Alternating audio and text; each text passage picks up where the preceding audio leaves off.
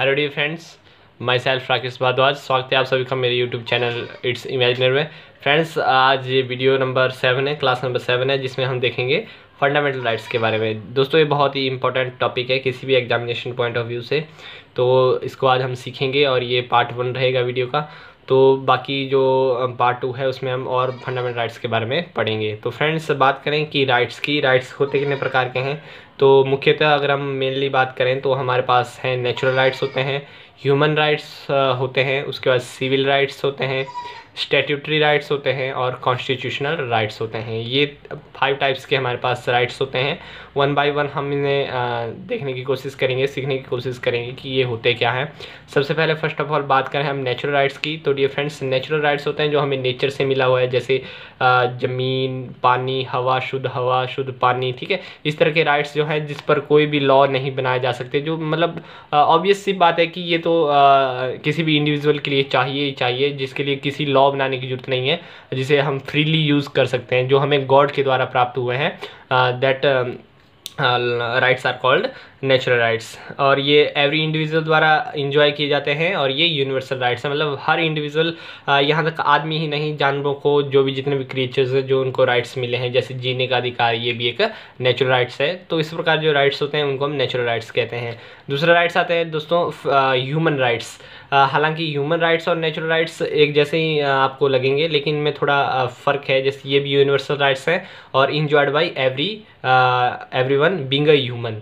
मानव होने के नाते जो हमें राइट्स चाहिए, ठीक है, उन राइट्स को हम ह्यूमन राइट्स कहते हैं। जैसे हम इंसान हैं तो इंसान को एक अच्छी लाइफ चाहिए, उसके उनकी एजुकेशन भी चाहिए, उसके लिए एक डिसेंट लाइफ चाहिए, उनकी एक प्राइवेसी भी होती है, ठीक है, उनकी एक सेल्फ रिस्पेक्ट भी होती है। बीइंग ए ह्यूमन, जो आपको राइट्स चाहिए, जो आपकी अच्छी लाइफ जीने के लिए ज़रूरी चीज़ें होती हैं, वो ह्यूमन राइट्स में आते हैं। हालांकि नेचुरल राइट्स हैं जो गॉड द्वारा मिले हैं, लेकिन ह्यूमन राइट्स जो होते हैं वो कानून द्वारा भी बनाए जाते हैं, ठीक है, लॉज के द्वारा भी बनाए जाते हैं। लेकिन नेचुरल राइट्स के लिए कोई लॉ बनाने की जरूरत नहीं होती, वो ऑब्वियस ही होते हैं। जैसे कि आपका मैंने बोला पानी, शुद्ध हवा, ठीक है, ये आपके नेचुरल राइट्स है। लेकिन ह्यूमन राइट्स जो होते हैं वो कानून के द्वारा भी स्थापित किए जा सकते हैं, किसी लॉ के द्वारा भी बनाए जा सकते हैं कि ह्यूमंस को ये चीज़ें जरूरी है। फॉर एग्जाम्पल, जैसे पहले स्लेवरी चलती थी, तो स्लेवरी में क्या होता है, एक बहुत ही उत्पीड़न होता है इंसान का, चाहे किसी भी व्यक्ति का जो मतलब स्लेवरी में इन्वॉल्व होता है, ठीक है। तो वो क्या होता है, वो एक प्रकार की जो है कष्टदायक ज़िंदगी है। मतलब उस तरह की ज़िंदगी एक इंसान की नहीं होनी चाहिए। तो उसको दूर करने के लिए, स्लेवरी को दूर करने के लिए कई लॉज बनाए गए। तो भी स्लेवरी को अबॉलिशन करने के लिए भी ये भी एक ह्यूमन राइट है, ठीक है। आई होप आप समझ गए होंगे नेचुरल राइट्स और ह्यूमन राइट्स में। आगे बात करें सिविल राइट्स की। Enjoyed by citizens different from country to country. Civil rights का मतलब होता है कि जो किसी देश का नागरिक है उसे वहाँ पर कुछ अधिक अधिकार होते हैं एज़ कम्पेयर टू कोई अगर बाहर के देश का आदमी। फॉर एग्जांपल, इंडिया के जो लोग हैं उनके अधिकार जो होंगे वो किसी बाहर के फॉरेनर जो यहाँ पे रह रहा है उनसे ज़्यादा होंगे, और ये कंट्री टू कंट्री डिफर करते हैं। मतलब इंडिया के व्यक्ति के कुछ राइट्स अलग होंगे, पाकिस्तान में कोई रह रहा है या कोई ऑस्ट्रेलिया में रह रहा है तो उनके राइट्स कुछ और होंगे, उन्हें हम सिविल राइट्स कहते हैं। आगे बात करें स्टैट्यूटरी राइट्स। स्टैट्यूटरी राइट होते हैं प्रोवाइडेड बाय लॉ, जो कानून बना के, जो संसद में बिल पास करके कानून बनाए जाते हैं, कोई खास अधिकार दिए जाते हैं, उन्हें हम स्टैट्यूटरी राइट्स कहते हैं। जैसे RTI एक्ट 2005, जैसे हमें एक अधिकार मिला है राइट टू इन्फॉर्मेशन, कि हम किसी भी डिपार्टमेंट से, गवर्नमेंट के किसी भी डिपार्टमेंट से अपनी कोई भी जानकारी निकलवा सकते हैं, तो उसको RTI कहते हैं, ठीक है। तो RTI भी एक राइट टू इन्फॉर्मेशन, ये भी एक हमारा अधिकार है, और ये हमें कानून के द्वारा मिला है। स्टैट्यूट का मतलब कानून, ठीक है, कानून के मदद से जो हमें अधिकार मिले हैं। और आगे बात करें, लास्ट का जो ग्रुप है वो है कॉन्स्टिट्यूशनल राइट। कॉन्स्टिट्यूशनल राइट कि जब हमारा कॉन्स्टिट्यूशन इंडिया का बना था और उस टाइम जो हमें अधिकार कॉन्स्टिट्यूशन में लिखे हैं उन्हें हम कॉन्स्टिट्यूशनल राइट्स कहते हैं। जैसे fundamental rights are the constitutional rights, ठीक है, क्लियर है। आगे हम फंडामेंटल्स राइट हमारा चैप्टर है, तो इसके बारे में कुछ हम इंपॉर्टेंट पॉइंट्स देखेंगे कि फंडामेंटल राइट्स बेसिकली होते क्या हैं। तो बात करें कि पॉइंट्स टू रिमेंबर, जो किसी भी एग्जाम के लिए हमें पता होने चाहिए, बेसिक चीज़ें जो है फंडामेंटल राइट्स के बारे में, हम उनको देखते हैं। Fundamental rights called are Magna Carta of India.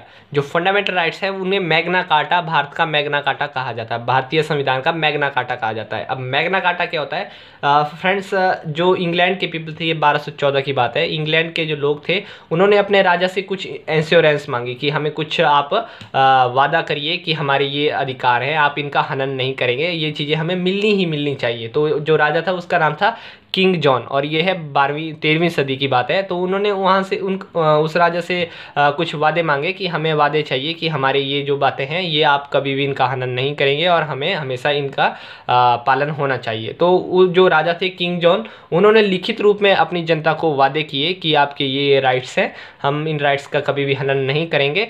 तो जो लिखित रूप में उन्होंने दिया था उसका नाम उन्होंने रखा था मैग्ना कार्टा। जो लिखित डॉक्यूमेंट उन्होंने दिया था उसको उन्होंने कहा था मैग्ना कार्टा। तो वहीं से ये जो फंडामेंटल राइट्स हैं, अधिकारों की जो बात है वो शुरू हुई थी। तो इसी करके इसे जो है Magna Carta of Indian constitution कहा जाता है, फंडामेंटल राइट्स को। ये इंपॉर्टेंट क्वेश्चन है, किसी भी एग्जाम में पूछा जा सकता है कि भारत के संविधान का मैग्ना कार्टा किसे कहा जा सकता है। 4 ऑप्शन दिए जा सकते हैं, fundamental rights, fundamental duties, directive principle of the state, या ऑल ऑफ द अबव, और भी कुछ ऑप्शन दिए जा सकते हैं। तो ये इंपॉर्टेंट बात है, आप इसको ध्यान रखिएगा कि मैग्ना कार्टा किसे कहा जाता है, फंडामेंटल राइट्स को। आगे बात करें, in American constitution these rights are in the form of bill of rights, कि जो अमेरिकन कॉन्स्टिट्यूशन है वहाँ पर हमने यहाँ पर जो है फंडामेंटल राइट्स कहते हैं, लेकिन अमेरिका में जो अधिकार वहाँ की जनता को मिले हुए हैं उन्हें वहाँ पर बिल ऑफ राइट्स कहा जाता है। ठीक है, ये भी इंपॉर्टेंट है। आगे बात करें, added in the part 3 of Indian constitution, part 3 is also called as the cornerstone of the constitution.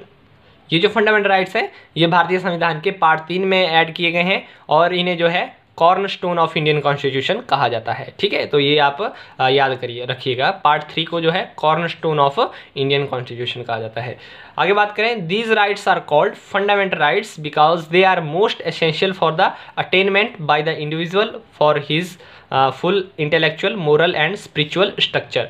मतलब इसका मैं आपको मोटा मोटा अंदाजा दूं कि ये फंडामेंटल्स को फंडामेंटल इसलिए कहा जाता है क्योंकि किसी भी व्यक्ति की एक अच्छी डिसेंट लाइफ के लिए या एक स्पिरिचुअल अच्छे स्टेचर के लिए जो है उन कुछ बेसिक चीज़ों की ज़रूरत होती है जिनका कोई भी हनन ना हो। ठीक है, तो इसलिए इन्हें फंडामेंटल राइट्स कहते हैं कि कुछ बेसिक चीज़ें जो होती है हर आदमी के जीवन यापन के लिए चाहिए होती हैं, और वही जो बेसिक चीज़ें हैं उन्हें एक एश्योरेंस दी गई है कि आपका इनका मतलब एक पूरा वादा आपके साथ किया गया है कि इनका कभी भी हम नहीं तोड़ेंगे, तो तभी इन्हें जो है फंडामेंटल राइट्स कहा जाता है।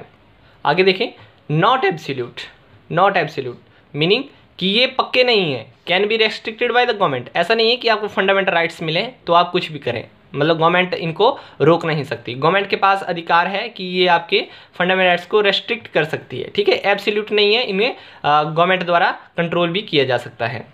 Non permanent can be repealed by amending constitution. Non permanent का मतलब कि ऐसा नहीं है कि एक बार आपको फंडामेंटल राइट्स मिल गया तो ये फिर आपका परमानेंट हो गया, इसको बदला नहीं जा सकता। इनको बदला जा सकता है या इनको हटाया जा सकता है, रिपील किया जा सकता है बाय अमेंडिंग द कॉन्स्टिट्यूशन। इसके लिए इनको रिपील करने के लिए, फंडामेंटल राइट्स को हटाने के लिए कॉन्स्टिट्यूशन से आपको कॉन्स्टिट्यूशन में जो है अमेंडमेंट करनी पड़ेगी। ठीक है, आगे बात करें, can be suspended except article 20 and article 21 on national emergency. मतलब इन्हें सस्पेंड किया जा सकता है, इन्हें ख़त्म किया जा सकता है आर्टिकल 20 और 21 को छोड़कर, अगर देश में जो है नेशनल इमरजेंसी लगती है। लेकिन आर्टिकल 20 और 21 को नहीं छोड़ सकते। आर्टिकल 20 और 21 क्या है ये हम नेक्स्ट वीडियो में देखेंगे, लेकिन मैं आपको मोटा मोटा तौर पर बता दूं कि आर्टिकल 20-21 में है आपके लाइफ ऑफ आपका जीने का अधिकार और लिबर्टी का अधिकार। ऐसा नहीं है कि नेशनल में इमरजेंसी लगी है, देश में इमरजेंसी लगी है तो आपको मार दिया जाएगा, आपका जीने का अधिकार भी आपसे छीन लिया जाएगा। ऐसा नहीं हो सकता, चाहे देश में इमरजेंसी क्यों ना लगी हो। ठीक है, आगे बात करें, protected by the supreme court. ये जो है ये अधिकार जो है सुप्रीम कोर्ट द्वारा प्रोटेक्ट किए जाते हैं। मीनिंग द सेंस कि अगर आपके जो फंडामेंटल राइट्स है उनका हनन होता है, आपके फंडामेंटल राइट्स का आपका वादे के अनुसार गवर्नमेंट द्वारा आपके फंडामेंटल राइट्स को फॉलो नहीं किया जाता है, ठीक है, तो आप डायरेक्ट सुप्रीम कोर्ट में जा सकते हैं। जैसे आप बाकी कोई अगर केस होता है तो आप पहले छोटे कोर्ट में जाते हैं, डिस्ट्रिक्ट कोर्ट में जाते हैं, फिर आप हाई कोर्ट में जाते हैं, फिर हाई कोर्ट से सुप्रीम कोर्ट में, मतलब एक प्रोसेस रहती है। लेकिन ऐसा नहीं है कि अगर आपका फंडामेंटल राइट ब्रीच हो रहे हैं तो आप सीधा जाके सुप्रीम कोर्ट में अपील दर्ज कर सकते हो। ठीक है, तो ये किसके द्वारा प्रोटेक्ट किया जाता है इनको? सुप्रीम कोर्ट द्वारा। They are justiciable allowing person to move the courts for their enforcement if and when they are violated. ये जस्टिसिएबल है, मतलब आपको न्याय मिलेगा, और अगर कोई आपके इनको अलाउ नहीं करता है, आप कोई पर्सन आपको आपके फंडामेंटल राइट्स का या गवर्नमेंट आपके फंडामेंटल राइट्स का मतलब प्रोटेक्शन नहीं करती है, तो आप डायरेक्ट कोर्ट में जाके इसकी अपील कर सकते हो।